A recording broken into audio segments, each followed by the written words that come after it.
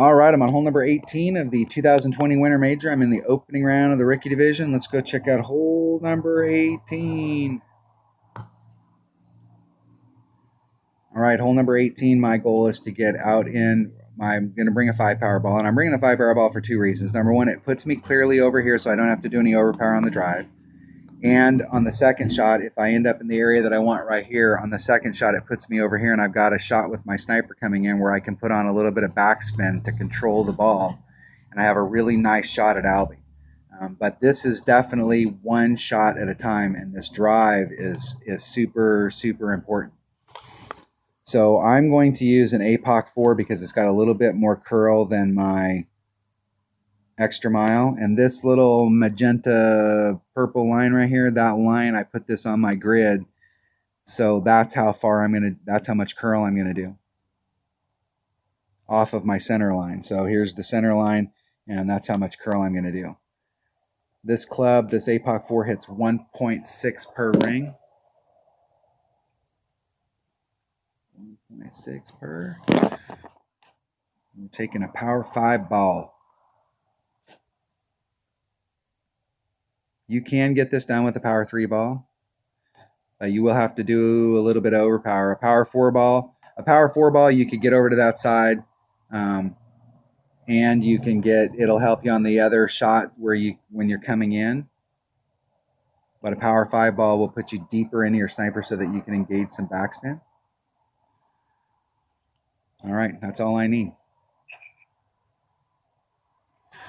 Off we roll. 4 topspin max.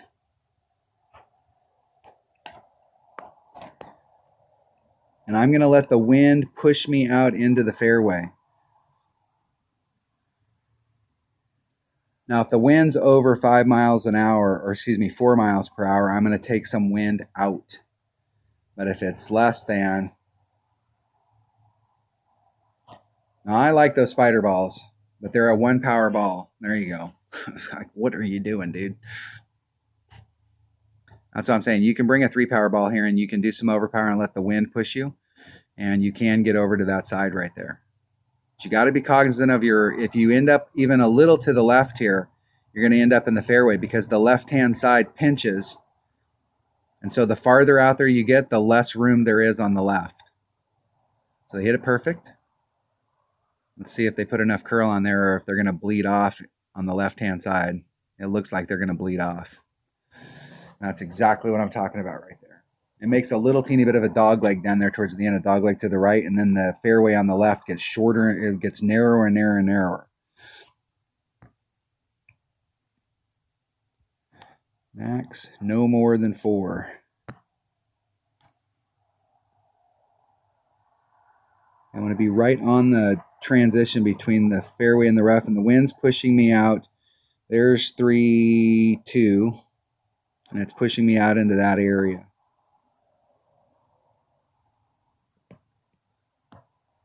No overpower. I'm going to pull right to that line.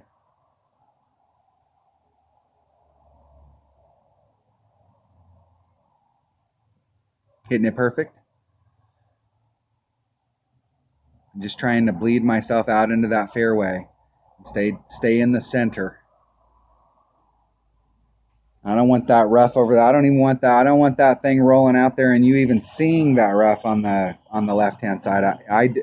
I would rather be where I'm at than down here on the end. I've seen people trying to get every inch of space down there. You don't have to get all the way to the end in order to give yourself a shot at Albie here. And realistically, you could probably take that shot and put on 3 topspin and you're still in the safe, and you would never, even if you hit it great to the left or the right, you wouldn't be in the rough. Close. Close to what?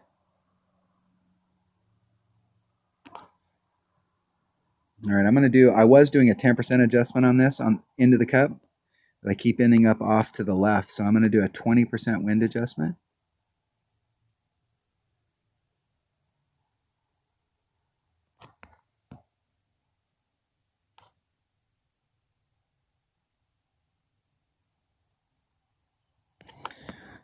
So it's 2-2, that's 2-4, that's 2-6.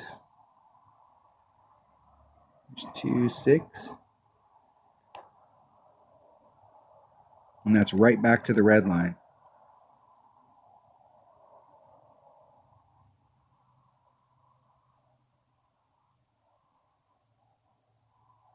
Oh, and I hit it 2 rings great to the right.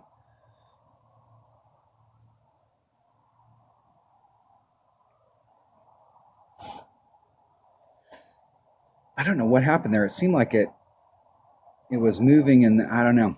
Maybe that was just me on my timing.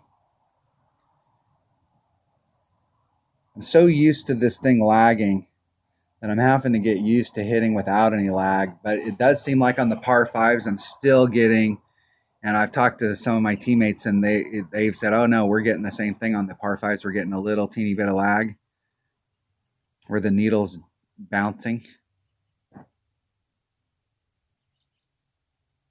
But that might have just been anticipation. Anticipation. Anticipation. Hitting it perfect in the hole. That's not going to go in the hole.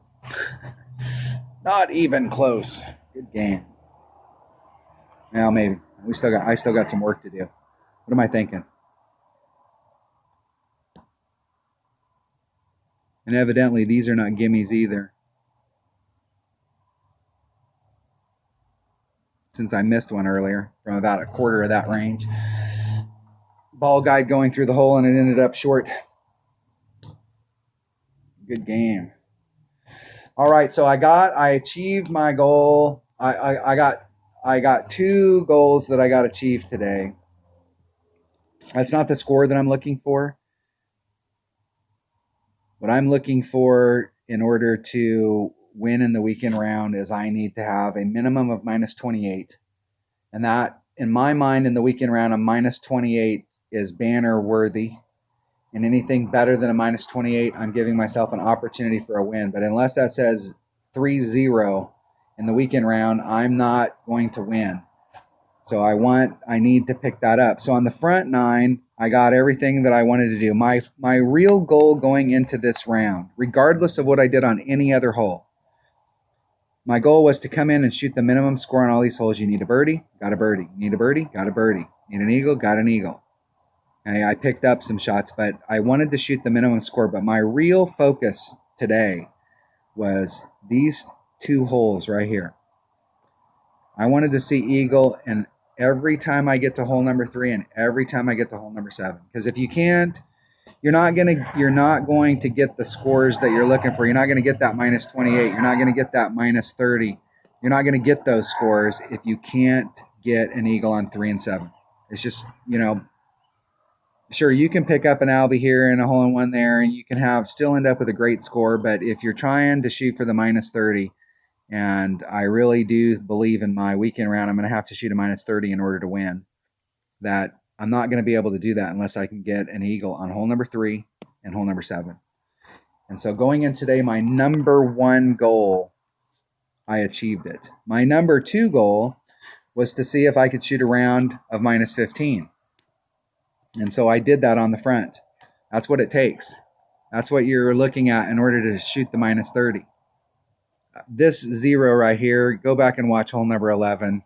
Go back and watch the beginning of hole number 12. I was pissed. I left my house for 2 hours. I had to get that hole completely out of my brain, because if I had kept playing after that, it would have been 0, 0, 0, 0. I was hot. But that's an anomaly there. I shot a minus, it's a minus 27. That's what it is. But, trying to get my goal of my minimum score of being minus 28 and then working from there.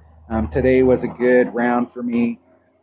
Just trying to put it together, but getting the eagles on hole 3 and hole 7 both times round, that was a big goal to achieve today. So that's setting me up coming into the weekend round. I feel real good about where my numbers are on the other holes as far as getting it into the cup. If I can hit perfect, if I can get on a perfect run, I was on a perfect run on the front. If I can hit perfect on these holes, hole number 1, hole number 2, hole number 4, hole number 5, hole number 6, I have the shots on these to put those in and get hole in one, eagle on those par 4s, Albie on those par 5s. I think my numbers and where I'm at as far as my adjustments are dead on, but it's not going to matter if I can't get 3 and 7 in the book. All right. That was the opening round for the 2020 Winter Major. I'm going to play my 99 account next. I'm going to bring out my low-level clubs and see what I can get done with it. And I will see you there. Thanks for watching.